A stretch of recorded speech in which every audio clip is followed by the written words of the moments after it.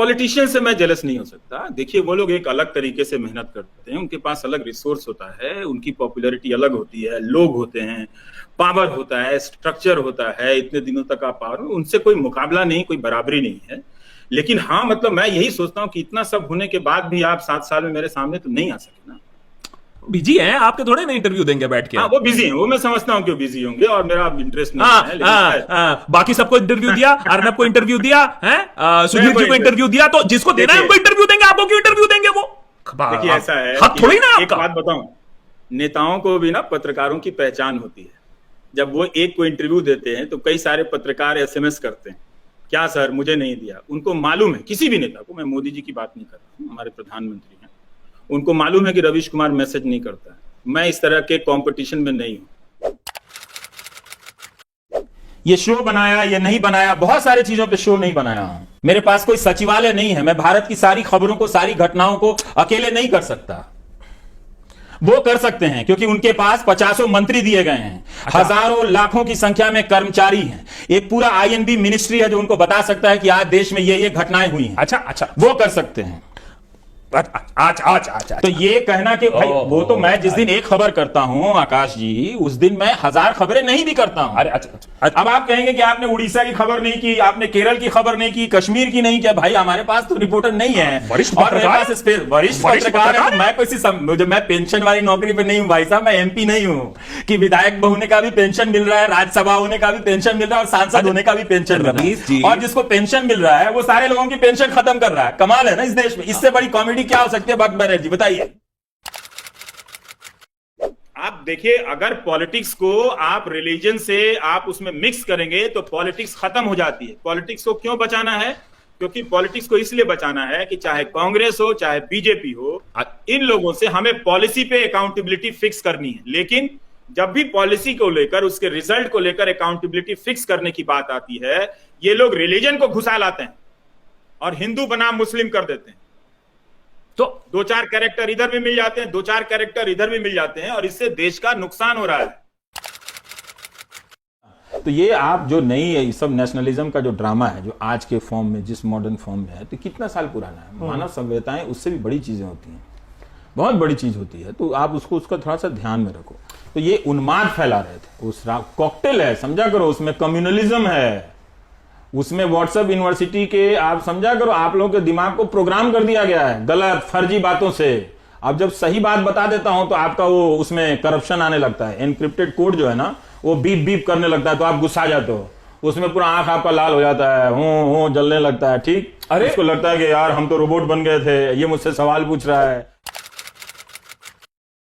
Anti government नहीं है, जो सरकार होती है वो दरअसल वो हमारी अपनी होती है। तो अपनों से सवाल करना, उसका विरोध करना तो है नहीं। ये तो अपनों की अपनी तंगदिली है कि उन्हें पूछने वाला बुरा लगता है। तो कुछ लोग घर में ऐसे ही बड़े हो जाते हैं, वो पितृ पुरुष टाइप से, कि हमसे कोई सवाल क्यों पूछा, हम तो दादाजी ये महान है टाइप से। तो हम उस पीढ़ी के नहीं हैं, तो पूछ लेते हैं सवाल। इसमें हिंदू क्यों खतरे में रहेगा? कब से खतरे में आ गया हिंदू, बताइए जरा से। हिंदू को क्या हो गया है? बचाए हैं वो इस देश में जो भी रहते हैं वो इस देश के नागरिक हैं, उनमें से कोई खतरे में नहीं है। ये आप लोग अलग से उठा के हिंदू खतरे में है, हिंदू खतरे में नहीं है, ये ड्रामा यही है। अब राष्ट्रवाद तो अभी आप पूछे, अब आप आ गए हिंदू खतरे में है। मोदी जी के वोटर हैं, जो देने वाले नौजवान है, उन्हीं की हालत खराब है, उन्हीं की हालत खराब है। वो अपने लिए जिस मीडिया में दिन भर अपने नेता को देखते हैं, और वो नेता उनके वोट से है, उस मीडिया में वो अपने लिए 1 मिनट का जगह नहीं बना पा रहे हैं। आज ऑर्डिनेंस फैक्ट्री में आज स्ट्राइक चल रहा है, आप देखिए कितने गोदी मीडिया के चैनलों पर कवरेज होता है, वो सारे गोदी मीडिया के दर्शक हैं। लेकिन वो आते मेरे पास हैं, मेरे पास आते हैं, वोट उनको देते हैं, आते मेरे पास है। ये अच्छा डील है, बहुत ही बढ़िया है, क्योंकि वो वोट देके वो भूल जाते हैं, लेकिन आते मेरे पास है कि भैया तुम जरा मेरी बात उठा दो, मैं बात उठा देता हूं। लेकिन ये जो आप टीवी वाले जो ये काम कर रहे हो ना, ये लोकतंत्र की हत्या कर रहे हो, वो ठीक नहीं है। हाँ? कोई छोटा सा आदमी कोई सवाल पूछ दे रहा है, आप उसको कह रहे हैं एंटी नेशनल बोलते हो आप, है ना, आप उसको बोलते हो ये पाकिस्तान का यार है, आप बोलते हो गद्दार है। तो अपने देशवासियों पे इस तरह से दिन रात जो शक करता है ना, वो बीमार लोग होता है। तो आप हो गए हो बीमार, तो अपना कराओ इलाज, ठीक है। ये मोदी जी के सपोर्ट को लेके इधर बैठ के, और इधर आप जो अब दिन रात ये जो आतंक मचाए हुए हो ना, ये थोड़ा कम करो। बहुत ही शालीन शब्द है। ये ऐसा शब्द है, मन में कैसे कैसे चीजें आती हैं। नहीं, आपने ऐसे नाम क्यों रखा है? सारे लोग हमको बोलते हैं, हमको भी बोलते हैं आपके मन में क्या क्या चीजें आती हैं गोदी मीडिया से? मुझे तो लगता है कि एक ऐसा शब्द है कि आप इस देश की हर महफिल में इसका इस्तेमाल कर सकते हैं। एक कॉर्पोरेट का सीईओ भी इस्तेमाल कर सकता है और एक आम आदमी भी इस्तेमाल कर सकता है गोदी मीडिया। अगर मीडिया बुनियादी काम करने लगे ना, तो जो नेता आपको लोकप्रिय नजर आ रहे हैं ना, 4 दिन के अंदर हवा बदल जाएगी। और ये हवा बदलने का मेरा मतलब किसी को हराने जिताने से नहीं है। मैं जानता हूं कि उससे कोई खास रिजल्ट नहीं मिलता है। मेरा सिर्फ इससे मतलब है कि जनता अपनी जगह पर खड़ी होकर जनता बनी रहे। कौन सा पॉजिटिव एनर्जी है? ना जर्नलिज्म में चीखना चिल्लाना, वैसे कोई बात करता है क्या? इस तरह से कोई घर में बात करेगा? कोई नहीं करता है। तो सरकार का सपोर्ट मिला हुआ तो आप चीखते हैं। जिस दिन वही सरकार पीछे हट जाएगी, आवाज नहीं निकलेगी हलक से आपकी। क्या बात करते हैं आप कह रहे हो अर्नब पॉपुलर नहीं है? बैकिंग लेकर आप बोल पाते हैं। आप सरकार के खिलाफ खड़े होकर बोल पाइए ना। जब सरकार, हमें सरकार का बैकिंग नहीं, हम बोलते हैं। अर्नब गोस्वामी, आपको लगता है कि बोल पाएंगे बिना सरकार के बैकिंग के? कमाल करते हैं आप भी। आवाज नहीं निकलेगी साहब, हलक से आवाज नहीं निकलेगी। इतना आसान नहीं होता है। क्या इनके ईडी इतना पैसा बीजेपी चुनावों में खर्च कर रही है? क्या सारा सफेद पैसा है? ये मत बोलिएगा। उसके कार्यकर्ता ऑफ रिकॉर्ड, ऑन रिकॉर्ड नहीं बोलेंगे, लेकिन वो भी जानते हैं कि यार ये तो इतना पैसा खर्च हो रहा है चुनाव में, कहां रहा हमारी पार्टी के पास, कहां से आया? हमारे पास अब आप कहेंगे कि 3000 करोड़ हमें इलेक्टोरल फंड से मिला है। हाँ, तो मिला है। किसने दिया है? अब वो जानने की क्या जरूरत है आपको? किसने दिया है पैसा? आपको जानने की क्या जरूरत है? नहीं, जानने की जरूरत है, क्योंकि पता चलेगा वो कंपनी फ्रॉड है कि काला धन है, वो तो पता नहीं। तो ये स्कीम ही लाई गई इलेक्टोरल फंड वाली, ब्लैक को व्हाइट करने की। आप तो जानते हैं कि मैं देश के लिए योगा करता हूं। अपने लिए तो मैं खाना भी नहीं खाता। और कितने साल हो गए मुझे सोए हुए, है ना। और पूरा घर कपड़ों से भरा पड़ा है। तो आज संडे को मैंने सोचा कि मैं कितने कपड़े बदलूं, आज जरा संडे वाला कपड़ा पहन लेता हूं। और योगा के बारे में क्या बोला अभी? क्या बोला अभी आपने योगा के बारे में? देश के लिए योगा करता हूं। योग करते हैं आप? तो शर्मा क्यों रहे? मोदी जी कुछ अच्छा काम करते हैं, योगा चैंपियन बनते हैं, पूरी दुनिया को दिखाते हैं। देखिए मंद मंद मुस्कुरा रहे हैं, ये नहीं बोलते हैं। देखा, आज पहले एक्सपोज कर दिया। Ravish Kumar is yoga fan. Ravish Kumar practices yoga. बोलिए। मोदी जी के फिटनेस से बिल्कुल नहीं लगता कि योगा वाले विकाद कर लेते हैं दिखाने खाने के लिए, वो सब ठीक है। बीच में मोर वोर आ जाते हैं तो मोर को खिलाने लग जाते हैं। वो योगा कहां कर पाते हैं? वो जाते हैं करने योगा, लेकिन बीच में मयूर आ जाते हैं। मयूर दल को देखकर वो मानवीय हो जाते हैं, तो फिर उसमें कहां टाइम मिलता है? मैं नागरिक हूं और नागरिक को भक्त नहीं होना चाहिए। देखिए, ये सारी प्रक्रिया शुरू होने से पहले, ये भक्त आइडेंटिटी या नेताओं का कल्ट हो जाना शुरू होने से पहले, जब अरविंद केजरीवाल दिल्ली में शपथ ले रहे थे, कुछ दर्शकों को ये बात याद रहती है। तो मैं रामलीला मैदान में खड़ा होकर लाइव कमेंट्री कर रहा था, और उस लाइव कमेंट्री के दौरान मैंने कहा था कि जनता ने ये पार्टी बनाई है और जनता ने इस सरकार को चुना है।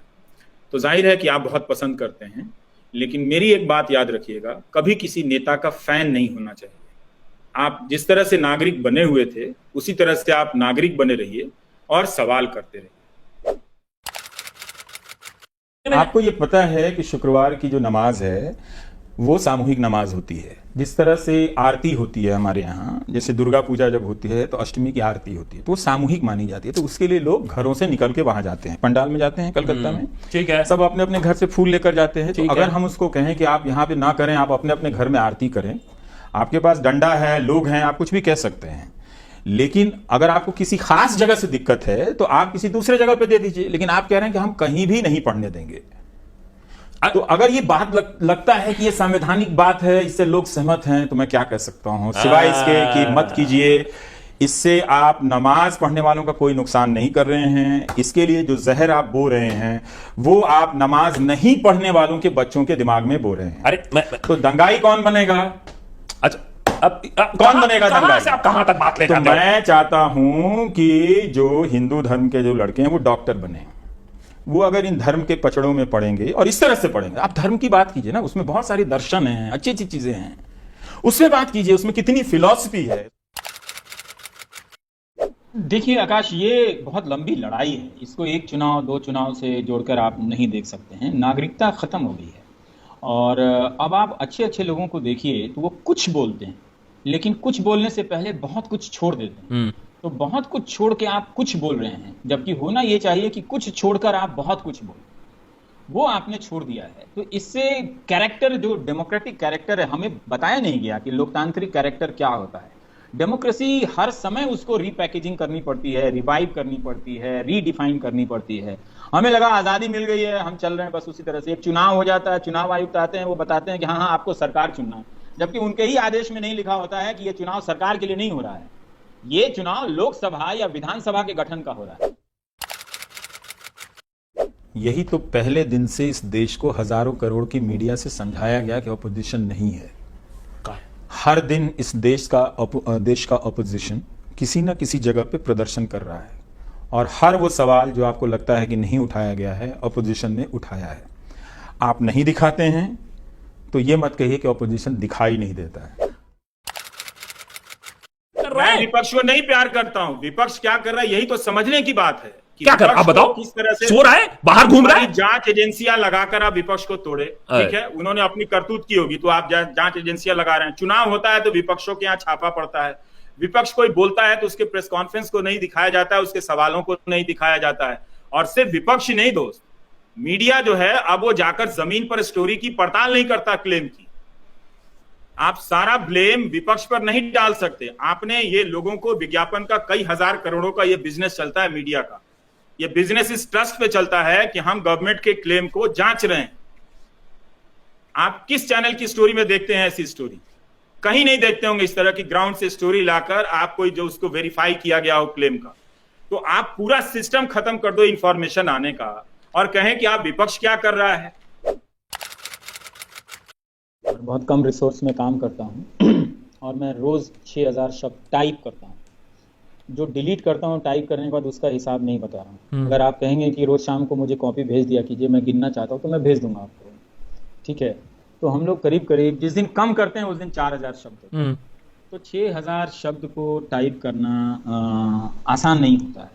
और हर तरफ लोगों की तकलीफ की खबरें होती हैं और यही हमारा काम भी है, लोगों को बताना जी। तो आप हर दिन उस एंग्जाइटी से गुजरते हैं कि बहुत लिमिटेड रिसोर्स है, और उसमें भी हम लोगों ने किसी तरह से मैनेज किया, बहुत अच्छे अच्छे प्रोग्राम बनाने के लिए बनाया भी। नींद नहीं आती है अच्छे से, और कई बार किसी कार्यक्रम को लिखते हुए भी सिहरन सी हो जाती है कि वाकई ऐसा हुआ है या मैं लिख रहा हूँ। खुद भी रीचेक किसी को और बुला लेता हूँ कि ये सही है क्या, ऐसा होता हुआ, तो कह हुआ ही ऐसा, तो क्या सही क्या गलत। तो मैंने लिखा कि योगी जी अगर आप हो सके तो इनको नौकरी दे दीजिए, इनकी तो परीक्षा हो गई है, रिजल्ट निकालने की ही बात है। 49,000 लोग हैं और मैं इसलिए लिख रहा हूं कि मुझे बुरा लगता है कि इनको कितना ह्यूमिलिएशन होता होगा कि जिस व्यक्ति को गाली देते हैं, ट्रोल करते हैं, उसी से अपने नौकरी की बात कह रहे हैं कि उठा दो मेरे लिए, है ना। तो मैं नहीं चाहता कि जो भक्त है उसे इतना इंसल्ट होना पड़े। तो मैं एक तरह से भक्त के स्वाभिमान के लिए भी काम करता हूँ। ऐसा कोई आपको दूसरा आदमी इस देश में नहीं मिलेगा। हर कोई भक्त का मजाक उड़ाता हुआ मिलेगा, मतलब जो बीजेपी का भक्त है, जो मोदी जी का भक्त है, पर मैं मोदी जी के भक्त की सेवा भी करता हूं। मैंने लिखा है कि आप ये ना समझे कि ये लोग मेरे कोई समर्थक हैं, ये आपके ही समर्थक हैं, और आप इन्हें नौकरी नहीं देंगे तो भी ये आपका ही समर्थन करेंगे। लेकिन अच्छी बात है कि चूंकि ये आपका समर्थन करते हैं तो इन नौजवानों को आप नौकरी दे दीजिए। क्योंकि कितना इंसल्टिंग है इसके लिए कि जिस रवीश कुमार को ये गाली देते हैं, उसी रवीश कुमार से कह रहे हैं कि सर आप हमारे भर्ती परीक्षा के बारे में लिख दीजिए। तो फिर उसमें मैंने एक और बात लिखी। हाँ, अब योगी जी आप मुझसे पूछेंगे कि तू बता, तू क्यों लिखता है ऐसी बातें? तो मैंने लिखा कि नियति ने मेरी ये सजा तय की है कि जो तुझ पे थूकेगा, जो तुझे मारेगा, मार देने की चाहत रखेगा, जो तुम्हारी माँ और बहनों की को गाली देगा, उसी की तुम्हें सेवा करनी है। तो वो मैं सेवा कर रहा हूँ और ये चिट्ठी आपको लिख रहा हूँ। जब सटायर आप लोगों ने शुरू किया, आपने इस न्यूज को लेकर, जब जर्नलिज्म खत्म हो गया इस देश में, तब अब बहुत से लोग आ गए हैं सटायर करने के लिए। एक से एक नाम है, एक से एक कलाकार है, उसमें भी बीच में आप टिके हुए हैं। लेकिन मैं आपको एक बात बताना चाहता हूं, क्योंकि आप दिल्ली के हैं ना सटायरिस्ट। 17th और 18th सेंचुरी की दिल्ली में, ये मैंने अभी किताब पढ़ी है। अभिषेक काइकर एक कैलिफोर्निया यूसी बर्कले में प्रोफेसर हैं हिस्ट्री के, उनकी एक किताब आई है। सीरियस बात बता रहा हूँ, the king and the people, ऐसा नाम हिस्ट्री का किताब है। तो 17वीं और 18वीं सदी में क्या हुआ कि दिल्ली में जो सटायरिस्ट थे उनकी बड़ी धूम थी दिल्ली में। और उस समय की जो नोबिलिटी थी, अमीर उमरा, वो बहुत डरा करते थे कि हमारी टांग खींच देगा, पता नहीं किस तरह से मजाक उड़ा देगा हमारी, तो सोसाइटी में बेइज्जती हो जाएगी, पूरा शहर हंसने लगेगा। तो जो नोबिलिटी उनको अपने घर बुलाती थी, अपने महफिलों में, कि आप सटायर कहें, स्टैंड अप कॉमेडियन बन जाएं। तो 5 सोने की मुहरे पर अगर बुलाए जाते थे तो नवाब 2-4 मुहरे एक्स्ट्रा दे देता था कि भाई मेरी इज्जत छोड़ देना मेरी इज्जत रख लेना। तो हुआ क्या कि एक नोबिलिटी बड़ा परेशान, वो पहुंचा औरंगजेब के पास, कहा ये अली नाम था कुछ, ये सटारिस्ट ने मेरी बड़ी मजाक उड़ाई है, मेरी शादी की मजाक उड़ाई है, मेरी मर्दानगी की मजाक उड़ाई है, बादशाह इसे सजा दीजिए। आपको पता है औरंगजेब ने क्या कहा? औरंगजेब ने कहा कि यार इसका नाम मत लो। अब यार तो नहीं कहा, मगर बादशाह उस वक्त गाली दिया करते थे, जिस तरह हमारे मुख्यमंत्री की जबान से निकल जाती है, उस तरह से मुगल बादशाह गाली दिया करते थे। देखिए, अब मैं उस गाली की याद नहीं दिला रहा हूं, लेकिन दिया करते थे। तो उन्होंने कहा कि भाई इसको तो मैंने डबल इनाम दिया कि तुम मुझे छोड़ दे, मैं कितने सटायरिस्ट को मारूंगा इस शहर में, कितनों को सजा दूंगा, इस शहर में भरमार हो गई। तो इतना पैसा कमाते थे वो लोग उस वक्त की दिल्ली में, 17th और 18th सेंचुरी की दिल्ली में। जो स्टैंड अप कॉमेडियन थे, जो सटायरिस्ट थे, उनके सटायर सुनने के लिए भीड़ जमा हो जाती थी। अब आप सोचिए कि आपने उसी चीज को इस 2021 की दिल्ली में कर दिखाया। मैं एक कम्युनिकेटर भी हूं और एक रोक नहीं पाता हूं अपने क्रिएटिव अर्ज को। तो कई बार चीजें देखता रहता हूं तो मुझे हंसी भी आती है कि ये क्या चल रहा है, ये कैसा समाज है। तो ये उसी के प्रोडक्ट हैं। पर अगर आप मेरे सटायर के रेंज को जानना चाहते हैं तो ये बेस्ट एग्जांपल सिर्फ यही नहीं है। तो फिर आपको उसमें मेहनत करनी पड़ेगी, जहां आपको पकड़ के दिखाना पड़ेगा कि ये कुछ अलग चीज है जी। तो और उसमें मैंने बहुत सारे अपनी आवाज को लेकर, अपने भावों को लेकर भी कई तरह के प्रयोग किए हैं। इसलिए वो मेरा अपना हिस्सा है। बचपन से ही मैं ऐसा था कि चीज़ों को देखकर हंसना। तो मेरे बड़े पापा कई बार देखते रहते थे। कुछ गांव के लोग कहते थे कविराज कविराज, कहते कविराज तुम बोलो इससे तो उस टेक में मैं कुछ बोलता रहता था। तो ये मेरी एक फितरत है मजाक करने की। ये पॉजिटिव बात है कि हम मामूली दवाइयों को यूं ही जाकर नहीं ले आते, हम लाइन में लगते हैं, स्ट्रगल करते हैं, घंटों लाइन में लगते हैं, एक दूसरे से धक्का मुक्की करते हैं, दवा नहीं मिलती है, तब जाकर पॉजिटिव फील करते हैं। रवि जी, एटीएम के लाइन, आप दवाई की लाइन, आप लोग लाइन के पीछे इतना क्यों पड़े रहते हो? अरे इतने बड़े देश में थोड़ी लाइन सबसे अच्छी लाइन तो नोटबंदी की लाइन थी। तो वो अभी भी यही चाहते हैं, कोई इलेक्शन कहीं हो रहा होता है वो होपफुल हो जाते हैं, बीजेपी हारेगी, कांग्रेस जीतेगी। भाई लड़ाई इसकी नहीं है, लड़ाई ये है कि आपके भीतर वो जो नियो लिबरल्स 4 कंपनियों के भीतर देश को सौंप देने की जो नीति चल रही है, क्या उसके बदलने का साहस है आपके भीतर? क्या आप वहां तक जाना चाहते हैं कि जिससे सबके भीतर स्टेट का एक सबके बेनिफिशियरी थोड़ा सा स्टेबिलिटी आए? नहीं जाना चाहते ना। लाखों को टीचर आप इस देश में आप देख लीजिए, कॉन्ट्रैक्ट पर पढ़ा रहे हैं, किसी को सैलरी नहीं मिलती है, लेकिन वो भी क्या उसके अंदर कोई चेतना है, राजनीतिक चेतना है? नहीं है। उसके भीतर वो धार्मिक चेतना समा गई है। अब धार्मिक चेतना ही राजनीतिक चेतना है इस वक्त, लेकिन क्या कीजिएगा। करो, अपना मॉडल निकालो, अपने चीजों से, अपने विवेक से उसको एक्सप्लोर करो, नचिकेता बनो, सवाल करो, प्रश्न करो। इस देश के हर नागरिक को नचिकेता होना चाहिए, जो अपने बाप से भी सवाल कर दे और यमराज से भी सवाल कर दे। अगर आप नचिकेता नहीं हो सकते तो आप नागरिक भी नहीं हो सकते। संविधान सभा के लोगों ने हफ्तों दिनों तक बैठकर इसलिए संविधान नहीं बनाया था। अच्छा, आप अपनी जुबान को सेलो टेप लगा ले और डर के मारे घर के भीतर बैठ जाए। मैं आपको सांप्रदायिकता से बचाना चाहता हूं, लड़कियों से कहता हूं कि ऐसे किसी भी लड़के से अगर आप प्यार करती हैं और वो कम्युनल है तो सोचिए कि आप उससे रिश्ता तोड़ लें, क्योंकि कम्युनल आदमी कभी प्रेमी नहीं हो सकता है, आकाश, हो ही नहीं सकता है। तो मैं लड़कियों को बचा रहा हूं। शादी करते समय आप लड़के से जब बात करें तो जरूर पूछें कि आप कम्युनल हैं कि नहीं है। आप कम्युनल लड़के के साथ आप घर में कभी भी वैवाहिक जीवन, दाम्पत्य जीवन का सुख नहीं भोग सकते। आप अगर जनता के हिसाब से, बदलाव के हिसाब से देख रहे हैं तो जनता को बीजेपी या कांग्रेस से पहले अब खुद से लड़ना है।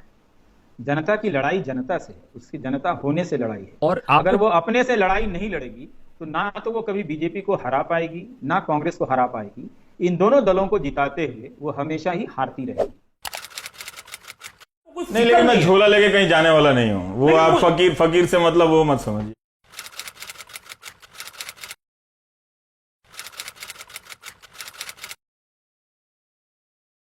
नेता टाइप आधा काम मत करो, सब्सक्राइब के साथ साथ बेल आइकॉन भी दबाओ।